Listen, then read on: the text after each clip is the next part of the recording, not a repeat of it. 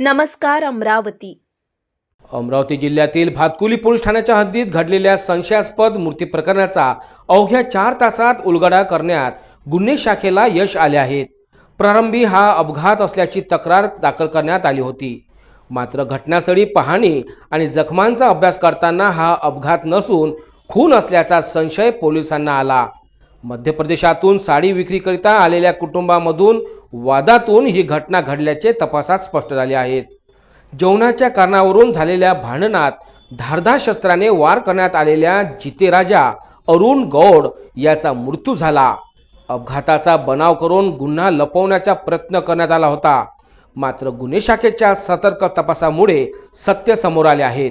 सध्या आरोपी उपचाराधीन असून पोलिसांच्या निगराणीखाली आहेत। पोलीस आयुक्त राकेश ओला यांच्या मार्गदर्शनात शहर गुन्हे शाखा पोलीस निरीक्षक संदीप चव्हाण यांच्या नेतृत्वात पोलीस पथकाने पार पडली असून पुढील तपास पोलीस करीत आहेत।